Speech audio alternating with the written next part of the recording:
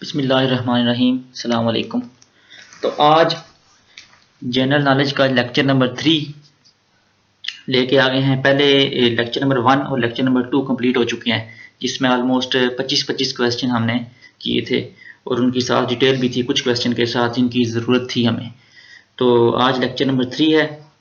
तो इसमें आप इस तरह किया करें कि चीज़ों को साथ साथ मेमोराइज़ किया जाए, साथ साथ आप ना मेमोराइज किया करें चीज़ों को, क्योंकि देख के अपने जब आप अपने ब्रेन पे जब आप जोर डालते हैं तो फिर जब आपके जो ब्रेन के जो मसल्स हैं वो स्ट्रांग होते हैं, उनकी जो याद करने की जो एबिलिटी है वो बहुत ज़्यादा हो जाती है, बढ़ जाती है।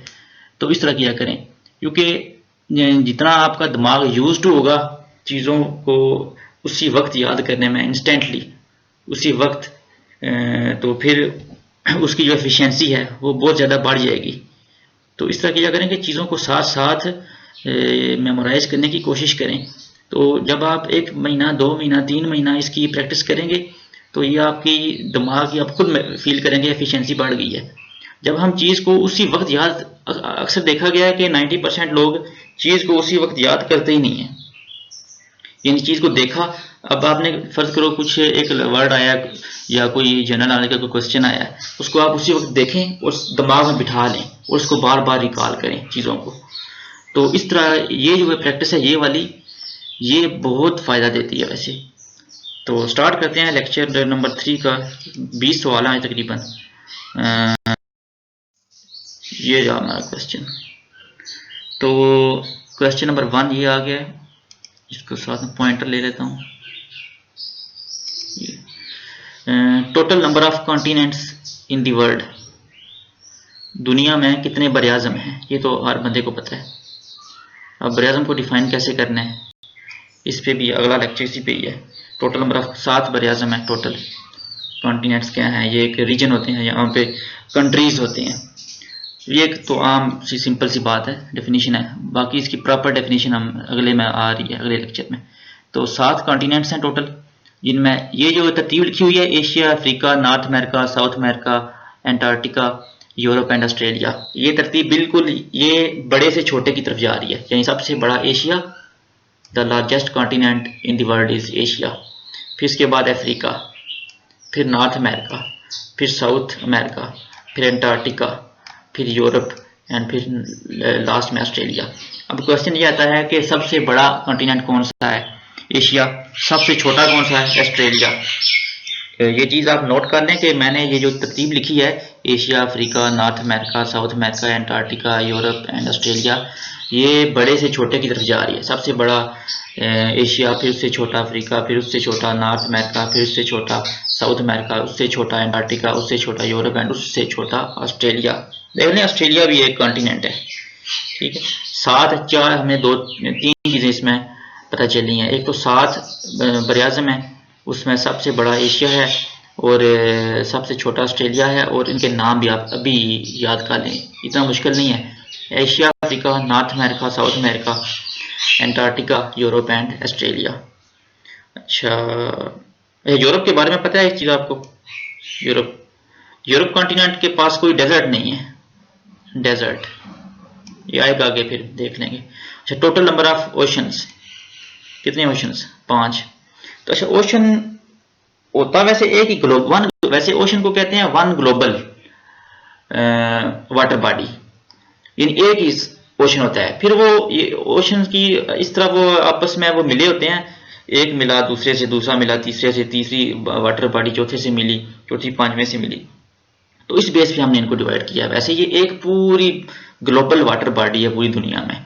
तो फिर हमने इनको इनके रास्तों से, इनके आपस में मिलने से, इनको हमने 5 में डिवाइड किया हुआ है। तो टोटल ओशंस हैं जो 5। अभी एक क्वेश्चन और भी है, what is the difference between the sea and ocean, ठीक है, इनमें क्या डिफरेंस है, ये आगे डिटेल में लेक्चर आएंगे। अभी हमने लेक्चर पे अपना फोकस रखना है, जितनी चीज़ें हमें मेमोराइज करने वाली हैं वो करनी है, क्योंकि फिर वो टाइम जो होता है फिक्स किया हुआ फिर ख़त्म हो जाता है, लेक्चर का जो डेकोरम है वो डिस्टर्ब हो जाएगा इस तरह। अच्छा, इसके बाद largest ocean in the world, Pacific ocean is the largest ocean in the world. उसके बाद स्मॉलेस्ट ओशन कौन सा है? Arctic ocean. चीज़ अभी याद कर लें, largest ocean in the world Pacific, smallest ocean in the world Arctic. अच्छा, Dead Sea is located between. अच्छा, डेड सी के बारे में सुना आपने? इस पे बड़े क्वेश्चन आते हैं, ये एक साइंटिफिकली भी इसके बारे में क्वेश्चन होते हैं। Dead Sea is located between, ये कौन सी कंट्री हैं? Jordan and Israel. इसराइल और जॉर्डन के बीच में ये डेड सी पाया जाता है। अब डेड सी के बारे में आप 2-3 हकायक सुन लें। डेड सी में कोई लिविंग बीइंग एग्जिस्ट नहीं करती, जैसा कि प्लांट्स हो गए, क्योंकि जो प्लांट्स पानी में पाए जाते हैं, पानी में प्लांट्स होते हैं, एल्गी वगैरह इस तरह के प्लांट्स, और जो एनिमल्स हैं, एनिमल लाइफ में आपकी फिशेस कोई भी एग्जिस्ट नहीं करती, एक्सेप्ट सवाए कुछ बैक्टीरिया, माइक्रोस्कोपिक ऑर्गेनिजम्स हैं, जो बैक्टीरिया हो गए, कुछ और जो माइक्रो ऑर्गेनिज्मिक लाइफ है जो वो एग्जिस्ट करती है, बैक्टीरिया कह सकें, माइक्रोस्कोपिक फंजाई कह सकें, इस तरह की जो। अच्छा, अब डेड सी में कोई लिविंग बीइंग एग्जिस्ट क्यों नहीं करती? इसकी क्या रीज़न? इसकी रीज़न ये है कि डेड सी की जो साल्ट कंटेंट है, जो सैलिनाइटी है जो उसकी, वो बहुत ज़्यादा है। यानी पानी इतना ज़्यादा डेंस है, इतना भारी पानी है कि जो भी अगर चीज़ उसमें अगर जाएगी, फ़र्ज़ करें अगर फिश जाती है, तो बाहर की तरफ जो साल्ट कंटेंट है, जो समुद्र का पानी है, उसका साल्ट कंटेंट बहुत ज़्यादा है, मतलब 90% साल्ट कंटेंट है और 10% वाटर है। फॉर एग्जांपल, डेड सी में जो उसका पानी है, हमने उसको चेक किया तो उसमें से हमें निकला क्या? 90% साल्ट, नमक कह लें, और 10% वाटर, जो आम प्योर वाटर होता है। इसके मुकाबले में जो फिश है, फर्ज करें फिश अंदर गई, तो फिश में क्या होगा? फिश में 10% साल्ट होगा, 90% वाटर होगा। 10% साल्ट, 90% वाटर। तो क्या होगा कि जो वाटर है, उसका वाटर कंटेंट है, वो हाई लेवल से लो लेवल की तरफ मूव करेगा और उसका सर्वाइवल नहीं होगा। जो कंसंट्रेशन ऑफ जो उसके सॉल्वेंट्स हैं, जो उसकी सोल्यूट सॉल्वेंट कंसंट्रेशन है, जो एक लेवल होता है, वो डिस्टर्ब हो जाता है, जिसकी वजह से वो सर्वाइव नहीं कर सकते। उसमें जो ओस्मो रेगुलेशन का जो प्रोसेस है, कितना साल्ट हमने निकालना है, कितना लेना है, कितना वाटर जो फिश में है उसको बाहर निकालना है, कितना सी से लेना है, ये सारे जो बैलेंस हैं उसके सारे डिस्टर्ब हो जाते हैं, जिसकी वजह से वो कोई भी एनिमल उसमें सर्वाइव नहीं कर सकता।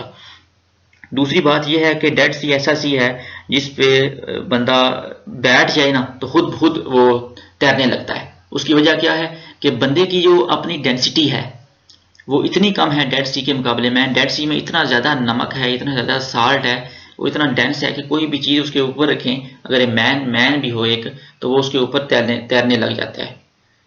मिसाल के तौर पर आपने देखा होगा कि आम जो पानी होता है, आम पानी की बात कर रहा हूँ, उस पर जो एक लकड़ी की कोई छोटा सा टुकड़ा रखें, वो उसके ऊपर तैरने लग जाता है। तो लकड़ी का टुकड़ा क्यों तैरता है? आपने अर्शिमिदस का जो रूल है वो पढ़ा होगा। वो क्यों तैरता है? जो लकड़ी का टुकड़ा है उसकी डेंसिटी, उसका भारीपन कम है एज कंपेयर टू आम जो पानी होता है। लेकिन आपने इसी तरह देखा होगा कि एक भारी लकड़ी का टुकड़ा जो बड़ा है, उसको उसी पानी में डाल दें, आम पानी में, तो फिर वो डूब जाएगा एज कंपेयर टू जो छोटा है। वजह यही है कि जो छोटा होगा उसकी डेंसिटी आम पानी से कम होगी और वो तैरता है। जो बड़ा होगा उसकी डेंसिटी फिर बढ़ जाएगी और नीचे डूब जाएगा। डेड सी का भी यही सीन है। डेड सी में डेंसिटी पानी की इतनी ज़्यादा है एज कंपेयर टू इंसान, मैन, कि वो उसके ऊपर ही तैरता रहता है। लेकिन हर जगह ये नहीं होता, यानी ये 100% ठीक नहीं है, क्योंकि अक्सर औकात जो उनके जो समुद्री जो लहरें होती हैं, जो उनके क्या कहते हैं उसको, बाज़ औकात छोटे मोटे तूफान वगैरह आते रहते हैं, तो उसमें फिर अगर बंदा फर्ज करो तैर रहा है तो उस इलाके में, उस एरिया में थोड़ा सा वो पानी का जो चक्कर या फेर आ गया तो फिर वो डूबने का खतरा है, उसमें गर्क हो सकता है। ये चीज़ है डेड सी के बारे में जो हकायक हैं। इस पे बंदा तैरता रहता है, इसका पानी इतना डेंस है कि बंदा आराम से बैठ के बुक भी पढ़ सकता है, यानी आराम से लेट के सामने बुक रख ले। कितनी इंटरेस्टिंग चीज़ है वैसे। ये दो कंट्रीज हैं, जॉर्डन एंड इसराइल। अच्छा, which country gifted Statue of Liberty to US in 18 to USA in 1886। 1886 में अमेरिका को स्टेचू ऑफ लिबर्टी एक मिला है। अच्छा, स्टेचू ऑफ लिबर्टी आपने देखा है? गूगल में आप जाके सर्च मारें, वैसे हर बंदे ने देखा होगा कि एक बंदा होता है ऐसे खड़ा हुआ, ऐसे एक बंदा खड़ा होता है, ऐसे रैंडम सी पिक्चर है ये, तो उसने अपना हाथ ऐसे ऊपर किया होता है और ऊपर उसने एक कैप सी पहनी हुई है। ये बहुत, तो ये स्टेचू ऑफ लिबर्टी है एक, ये इसको गिफ्ट किया था फ्रेंच ने 1886 में यूएसए को। ठीक है, तो इस स्टेचू ऑफ लिबर्टी ये पड़ा है न्यूयॉर्क सिटी में, न्यूयॉर्क सिटी में ये पड़ा हुआ है। एंड इसकी जो लेंथ है वो 305 फीट है, देख लें आप। चौड़ाई ऑलमोस्ट 50 फीट बता रहे हैं, 305 फीट इसकी लंबाई, और इसकी जो चौड़ाई है वो 305 फीट 50 फीट तक बता रहे हैं। तो ये आप देख लें। तो स्टेचू ऑफ लिबर्टी पे 10-15 मिनट का एक मैंने क्लिप इंशाल्लाह तैयार करना है, वो उस पर क्यों फ्रेंच ने क्यों दिया, वो कौन सा बंदा था जिसने गिफ्ट किया। अच्छा, ये स्टेचू ऑफ लिबर्टी का जो मटेरियल है वो तांबे का लगा हुआ है, तांबे का। अच्छा, which ocean is has Bermuda Triangle. अच्छा, बरमुदा ट्रायंगल भी डेड सी की, बस डेड सी से मिलती जुलती कुछ चीज़ है, यही कह लें।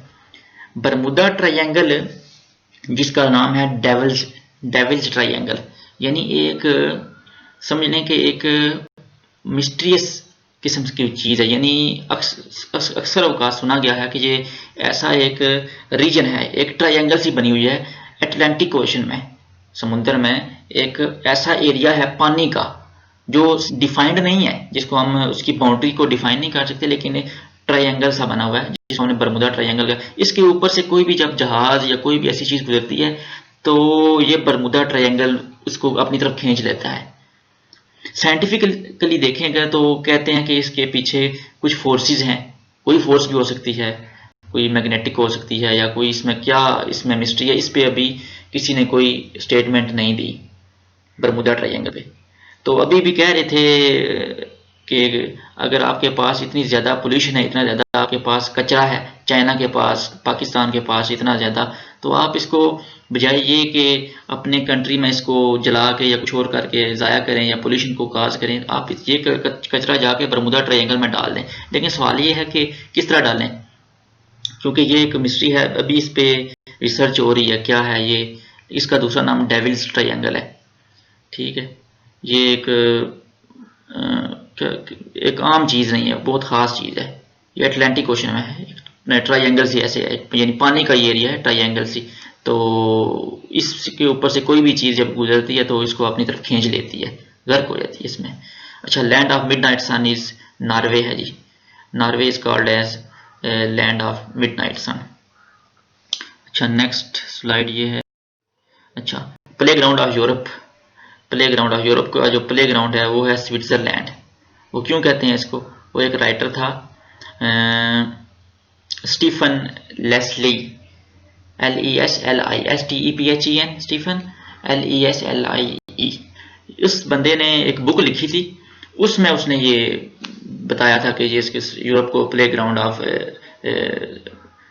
यूरोप का जो प्ले ग्राउंड है वो स्विट्ज़रलैंड है। ये बस इसकी यानी बुक से ये रिलेट है, कोई बुक थी, स्टीफन लेस्ली एक राइटर था, उसने बुक लिखी है, तो उसने उसमें ये बता दिया कि जी playground of Europe is Switzerland, और इसके पास कोई खास रीज़न नहीं है। अच्छा, लैंड ऑफ राइजिंग सन, ये पहले लेक्चर में हमने किया भी था। जापान इसको क्यों कहते हैं, वो पहले लेक्चर में मैंने इसको डिटेल से बताया था। अब जी, land of 1000 lakes, almost 1,88,000, if I am not wrong, almost 1,88,000 lakes हैं फिनलैंड में। बहुत ज़्यादा है वैसे यार लेक्स। अब बात हुई आगे, what is the difference between lakes, उसके बाद ओशन, सी, कॉन्टिनेंट, ये चीज़ें समझनी ज़रूरी हैं, करेंगे बात इन पे भी। लैंड ऑफ 1000 लेक्स फिनलैंड है, फिनलैंड ये ऐसा कंट्री है जो नॉर्वे, स्वीडन, इन कंट्री से जो घिरा हुआ है, रशिया, नॉर्वे, स्वीडन, रशिया, तो इनकी जो एक्सट्रीम्स हैं उनमें ये लेक्स पाए जाते हैं, इसलिए इसको कहते हैं लैंड ऑफ 1000 लेक्स। अच्छा, land of Thunderbolts, land of Thunderbolts कहते हैं भूटान को, इसलिए कहते हैं कि यहाँ पे सबसे ज़्यादा हिमालय के थ्रू जो वहाँ पे जो थंडर स्टॉर्म्स आते हैं ना, थंडर स्टॉर्म्स, बिजली जो बहुत ज़्यादा उधर पड़ती है, तो ये भूटान कंट्री है इसलिए इसको बहुत ज़्यादा पड़ती है, इसलिए लैंड ऑफ थंडरबोल्ट्स कहते हैं। अच्छा, in which country white elephant is found. अच्छा, ये क्वेश्चन बहुत इंपॉर्टेंट है, ये क्वेश्चन बहुत इंपॉर्टेंट है। ये समझ लें कि एक इस तरह कह लें कि बली बली क्वेश्चन है, बली बली। ये बली बली एक स्पेशल टर्म है जो क्वेश्चन की इंपॉर्टेंस को उजागर करती है। वाइट एलिफेंट थाईलैंड का, सबसे पहले इसके ये एक क्वेश्चन पे आपको 5-7 पॉइंट मिलेंगे, 5-7 मालूमात मिलेगी। सबसे पहले आप ये चीज़ नोट कर लें कि थाईलैंड का नेशनल एनिमल है वाइट एलिफेंट, ब्लैक एलिफेंट नहीं है, वाइट एलिफेंट। क्योंकि वाइट एलिफेंट वो वाइल्ड एलिफेंट है जो सिर्फ थाईलैंड में पाया जाता है, बहुत नायाब है, बहुत रेयर है। ठीक है, हमारे यहाँ जो एलिफेंट होगा वो ब्लैक कलर का होता है, लेकिन ये प्योर वाइट नहीं होता। इसका अगर आप गूगल से पिक्चर देखें तो ये थोड़ा सा पिंकिश होता है, वाइट पिंकिश, पिंक कलर देगा साथ। अच्छा, वाइट एलिफेंट अच्छा, ये आपने सोचा कि थाईलैंड ने अपने जो कंट्री का जो नेशनल एनिमल है वो वाइट एलिफेंट क्यों रखा है, सिर्फ एलिफेंट ही क्यों रख लिया। चलो वाइट को छोड़ें, गोली मारें, एलिफेंट ही क्यों है, और भी थोड़ी चीज़ें हैं अच्छी। एलिफेंट तो उसकी रीज़न है जी 3-4 रीजंस हैं।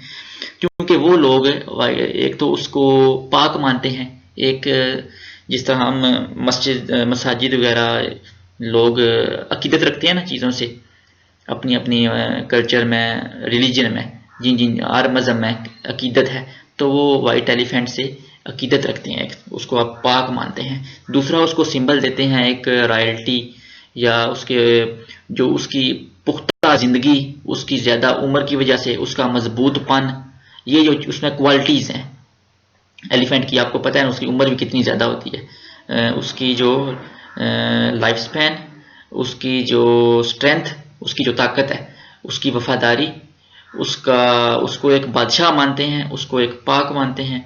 ये उसमें 4-5 उन्होंने चीज़ें, उसको सेलिब्रेट करते हैं बाकायदा। ये थाई लोग हैं, थाईलैंड के लोग हैं, इसको बाकायदा वाइट एलिफेंट डे सेलिब्रेट करते हैं, क्योंकि उनके यहाँ ये एक पाक, जिस तरह इंडिया में हिंदू कल्चर में काऊ को पाक माना जाता है, इस तरह ये सीन है यहाँ पे।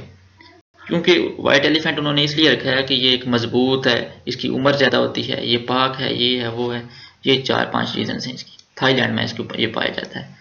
अच्छा, continent with highest number of countries, Africa में जी सब में सबसे ज़्यादा कंट्रीज़ हैं, देख लें। हालांकि एशिया से छोटा है, लेकिन फिर भी इसके पास कंट्रीज ज़्यादा हैं।